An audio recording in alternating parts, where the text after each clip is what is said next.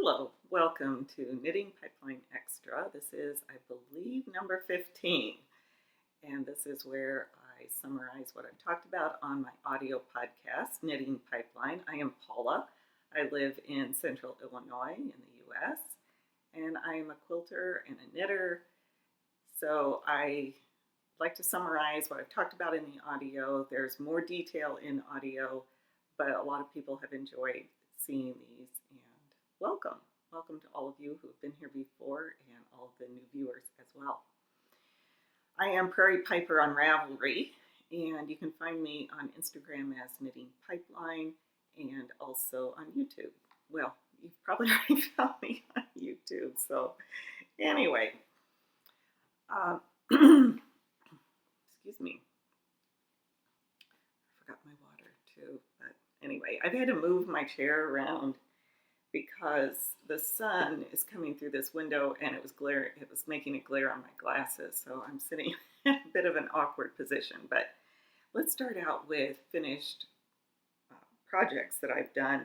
And I actually don't have a whole lot of those to show because I've either put them away or, no, not put them away, given them away for the most part. So let's start with those, and I will insert photos when I talk about them. So I did 4 mother bears for the Mother Bear Project, and that is also a knit along with the 2 Knitlet Chicks, an audio podcast by Barb and Tracy. I don't have a lot to say about them. I did the knitted flat version, and from now on I will be doing the in the round version because I found the sewing up to be quite tedious, but it got done with the help of a friend and also me working on them at Stitches Midwest because I figured if I took them all up there, I would finish them. These go to a great cause. If you're not familiar with the Mother Bear Project, the bears are knitted and each one is a little different. It ends up, and then they're sent to Africa, to various countries in Africa, and given to children who've lost their parents to AIDS. So it's a wonderful cause. So even though I don't enjoy sewing them up, I just have to do it if I'm going to help them out. I can't remember whether I showed you my apple blossom socks. I think I did, so I'm not going to show those again. At least I showed you one of them. And I did show the Annabelle Babe cardigan, but I don't think I had the buttons on yet. So I remember I couldn't remember the designer. It's Carrie Bostic Hogue is the designer. There we go. And this is for my granddaughter who was supposed to have been born already according to us. But anyway, her due date was several days ago. I didn't think I'd be here now to do a podcast this week. I see I've got kind of a lot of light going on here, but not much I can do about it. And also, hang on, I'm going to move the laptop a little closer so the sound is better. There we go. See how that goes. Been working on that, trying to get the sound. I'm not a naturally loud talker, so it's a struggle. But this is the one that I talked about on the audio that the yarn actually had some stains in it. And see, now they're not that visible, but my daughter-in-law has a real discerning eye, let's say, so she'll probably see them. I'll explain it to her that it's not anything terrible, but it showed up on the back of the sweater. I know it won't show up on the screen. These are vintage buttons that I purchased somewhere on a card. I had a whole card of them, and I've used them in various projects. I just now have one left. I meant to do 5 buttonholes on this, but I forgot the 5th one. So I usually like to do odd number buttonholes, but actually I quite like it with the 4. There you can see it. And this is the one that I couldn't buy more than 2 skeins. I'm trying to turn it. There we go. Turn it. I could only get 2 skeins of the pink and 1 skein of the cream. So it was a little bit of a challenge to work it out so that it didn't look like I didn't have enough yarn, which I knew when I bought it, but I bought the yarn in Scotland, which is another reason I didn't go back and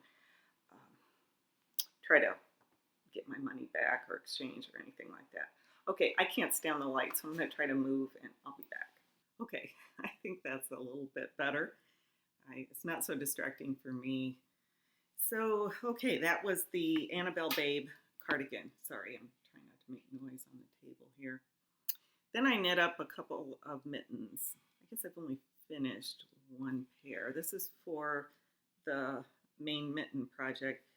These mittens turned out a little skinny, but they're okay.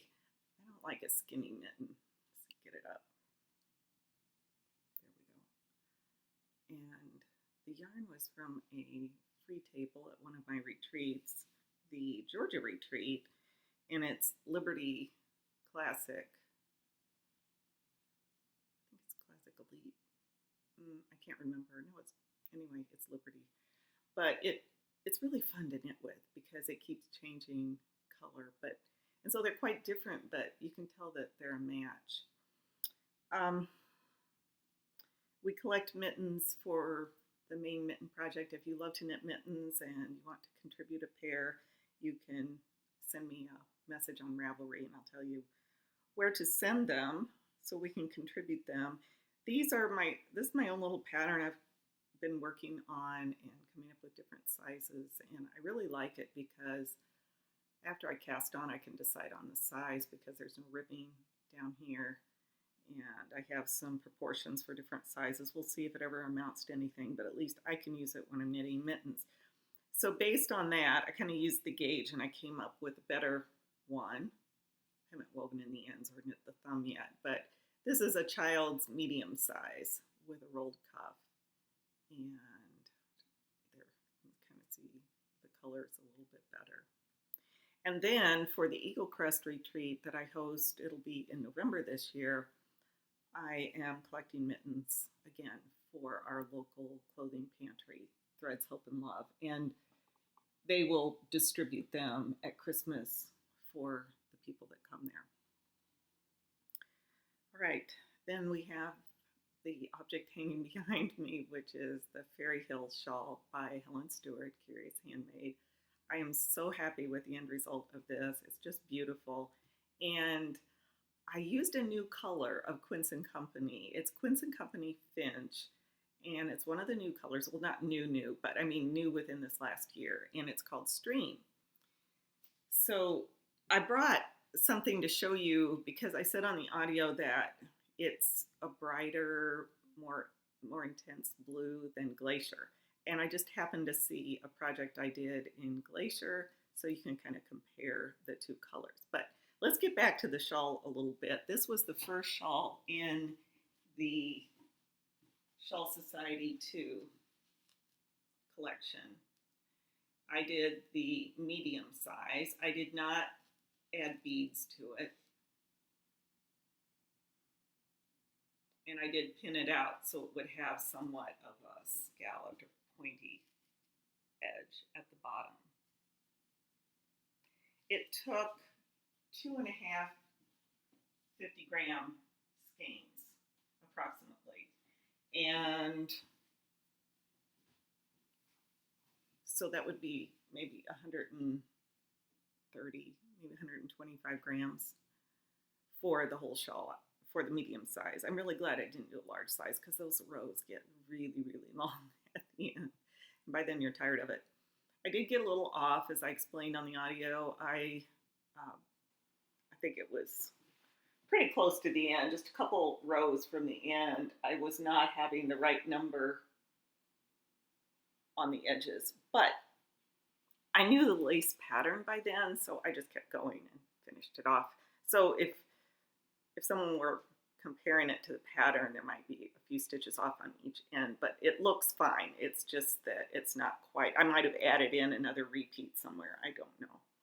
So I'm really happy with that. It's the only one I've done so far in the Shawl Society, but hopefully I can do more as they come out. And the latest one, Rune, is a triangular shawl, which I love to do triangular. I like crescent too, and it may have sounded on the audio that I don't like them. It's just that there is a challenge with crescent shawls, and that is that top edge. It always ends up being, or generally ends up being, a little tight.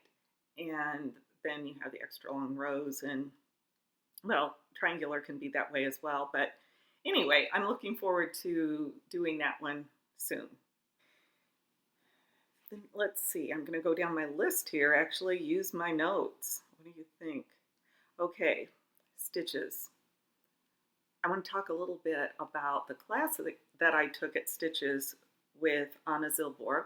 She has been, I've known about her for a really long time, and I wanted to take a class with her, and that was my goal for Stitches, was to get in a class with Anna Zilborg, and I actually got the first one that I still have a needle stuck in my little sampler here. The class was embroider your hand knits, I think, and it was a great class, and I've been very inspired by it. So I'm going to show you my sample, what I did. We were to bring a knitted swatch, I think it was 20 stitches by 2 or 3 inches, something like that. But then it said, some people find this isn't big enough, and it would not have been for me. It wouldn't have been big enough at all, because I pretty much used the whole swatch that I made, which was at least twice that big. So some of these I've done after I got home, and it was, let's see if I can get it there, you can see. Oh, I just enjoyed it so much. She told us stitches, embroidery stitches that really work well with knitting and some that don't work that well. I'd have to say my favorites are the, what's that one called? The fly stitch. The, what's that called? I can't think of the names of them. Well, the stem stitch and back stitch. I've always had trouble with those, because when I did the quilt for the Danish people, or the American and Dane that were getting married, and you're not going to know what I'm talking about unless you watch the quilting part of it, but there was some embroidery on it, and it just wasn't coming out the way that I had hoped it would, and I didn't know what I was doing wrong, but the embroidery, it was okay. It was fine. But I wish I'd known this difference between stem stitch and back stitch, because I thought back stitch was what I wanted to do, but actually what I should have been doing was stem stitch. The only difference is really, well, I don't want to get into that too much here, but I'll talk about it a little bit more maybe. No, I'll talk about it here, but the difference in stem stitch and back stitch is where the working thread is in relation to the needle. Other than that, if you do stem stitch and flip it over on the back, you'll have back stitch on the back. So here's, I'm going to point to see if you can see it. Here's some stem stitch right here. And this is called a Palestrinian knot, which was fascinating to do, and I think a lot more interesting than a French knot. This is the fly stitch. So I came home and I practiced a bunch of the stitches. I bought her book. Sorry, something just fell on the table. Splendid Apparel by Anna Zilborg. And if you have a chance, I would highly recommend you take this class or another class from her. Oh, it's the Algerian Eye. I just saw it in my notes. That's this one right here. She told us stitches, like I said, that don't work real well and do, and one that doesn't is Lazy Daisy, and I tried to do that on knitting, and it didn't work very well, but Algerian Eye looks like a pretty good substitute for that. But Anna Zilborg is, like I said, she's been around for a while, and so I don't want to say this gracefully, but she's not going to teach forever. So if you have a chance now, you should get in when you can and take a class from her, because she's somewhat iconic in the knitting world. The yarn that I used here, by the way, in my sample is some of what I got from Hannah Fettig from last year when she did her basically sheet to yarn project with her family. And I really liked the neutral to work with. It was good to have the cream background. And I took these mittens with me that I made some time ago. This is the same pattern I was talking to you about that I've been working on. And I was thinking I might embellish these, but every time I think about doing that, it's I really like the plain mitten as well. So I don't know if I ever will, but I mean I can always knit another plain mitten. That's no big deal. I was going to say something else about that. Oh, one of the things she suggested was to practice is to get a sweater that you're not that crazy about anymore. Maybe you've worn it, you're just kind of tired of it, and start embellishing it because you might have a brand new sweater that you absolutely love.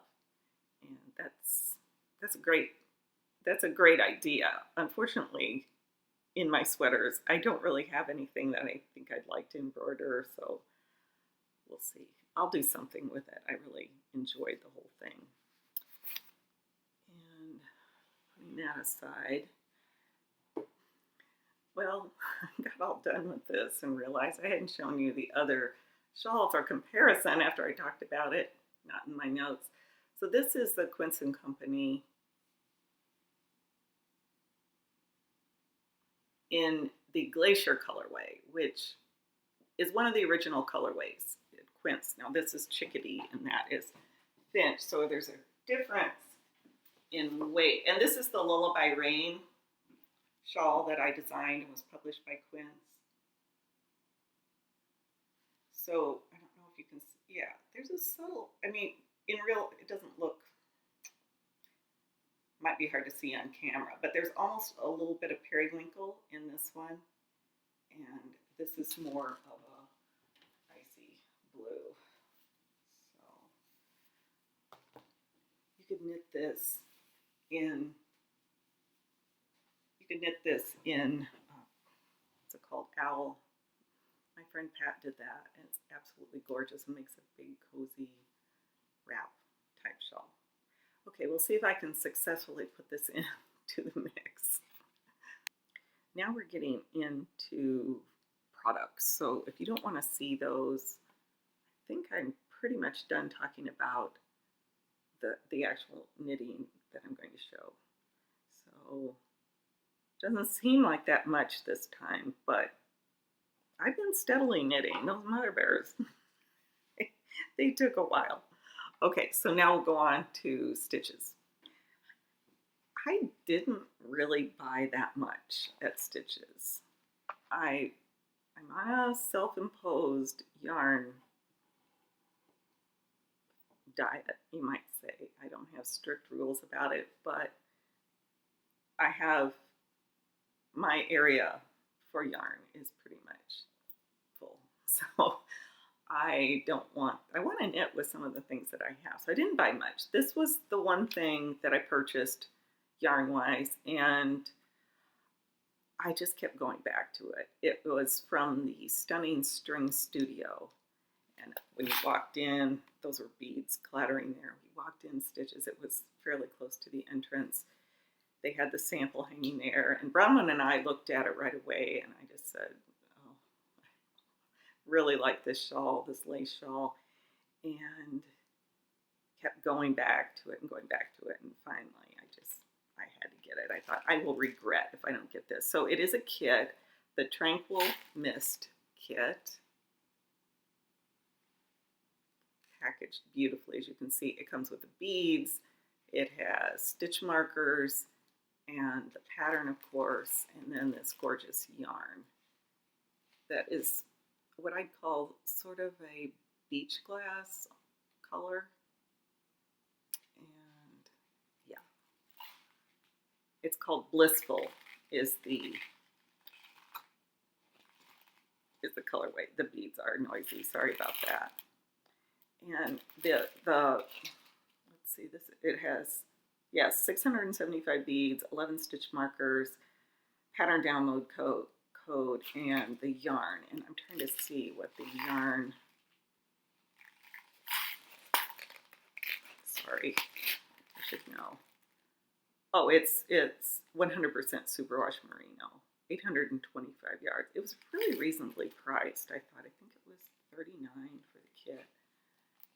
I know some people don't mention prices, but I don't mind.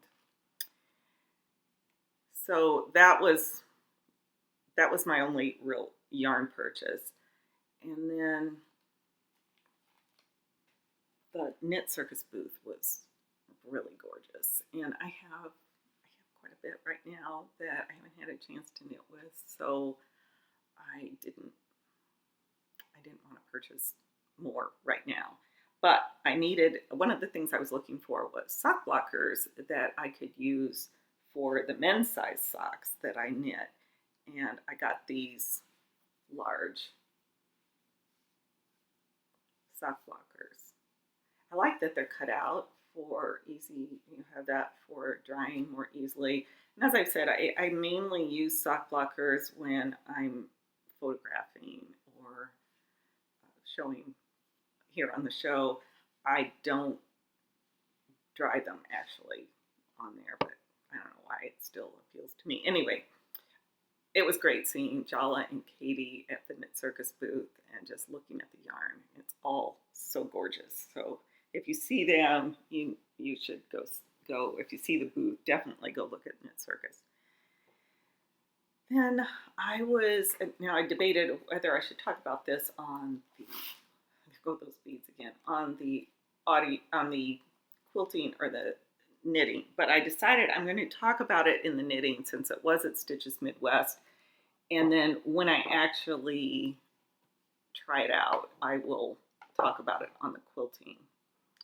By the way, even if you're not a quilter, if you know quilters, I would appreciate it if you would share the video with them, because I don't get that many views on the quilting. So that would help me get a few more. It's 900 and something for the last one, but since I started separating them out, I don't get as many. So that would be great if you could do that. So there was a booth called Brooklyn Haberdashery, and immediately I really was taken by the looks of the entire booth. I talked with the owner, Kristen, and she was so generous with her ideas and sharing. It was a lot of fun. I went back several times and you know how you feel like you haven't spent as much money if you go back a couple times. I bought embroidery hoops from her, wooden embroidery hoops, 2 of them. I don't have any wooden embroidery hoops, so I have 2 plastic ones, so that's kind of a step up.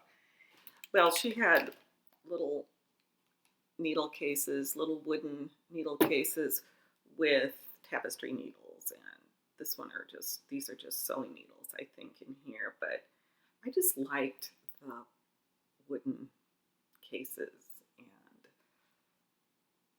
here is a little one, and then I bought a longer one, but I think it's down with my embroidery stuff. So her main thing at her shop is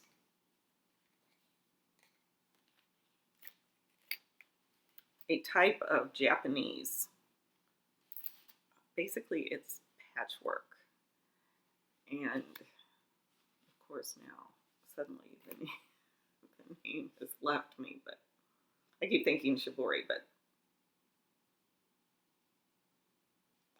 I'll put it up here. It seems like it starts with an S too, but anyway, all I can think of is sashiko and shibori, and I know that's not it, but anyway, let's put this over here. So she had these little fabric collections that you can use, and I'll put some, she said it was okay to take photos, and I think she'd be all right with me sharing because I'm advertising. But I bought 2 of these collections of Japanese fabric, and then it's sort of a freestyle thing. They actually use it to patch denim and other, probably linen and other things, but each little one looked like a piece of artwork to me, and I was so taken by it. So I kept going back. I was just so inspired. I bought these little bobbins from her. They can be bobbins or tags, and I wound some thread She said sometimes people, when they knit a sweater and give it away, they'll put one of these with some of the yarn wrapped around it. I don't think I can part with any of these. I like them so much. They're sort of, here's a butterfly one, and here's a Eiffel Tower. This looks like some kind of old, here's another, this one had butterfly on it too. So she also gave me some blue floss to play around with. That's Japanese. Here's some variegated. I had a ball there. I just was so, it just really got my creative juices going, you might say. And I can't wait to get started on this, but I had a quilt in progress and I wanted to get that done. And I remembered that I had purchased this collection from Connecting Threads, which I may have shown on the quilting, but it's sort of a shibori Japanese type fabric. In fact, this has lettering on it. So you can see this whole embroidery, and that's why since I talked about Anna Silborg and the embroidery class, sorry, I know paper just sounds terrible, but sometimes it's just hard to avoid it. And then if you decide to delve into this, I'm going to show you. If you're in a quilt shop, usually you can pick up these little guides. This is they're maybe $8, something like that. They're not expensive. They give really good directions for embroidery. Just basic stitches and some maybe not so basic, and they fold out. So I really like having that. One thing I want to say about the embroidery again, if you're going to attempt this, is when I said the difference between stem stitch and back stitch, quite often, whether you're successful with a stitch, it really depends on the position of the thread in relation to the needle, whether it's front or behind, or those are the main ones. And I think that applies to knitting as well, as we all know. I mean, the difference between knit and purl, you bring the yarn to the front for purl, and it's in the back for knit for most people. So I'd say that's one of the main things that I came away with in being successful when I try to learn a new embroidery stitch is the position of the yarn. And I have a little mnemonic now for remembering stem stitch and back stitch. For back stitch, the yarn's in the back of the needle. It's behind. And for stem stitch, it is in the front. So, and then I was trying to think how, or it's front or down.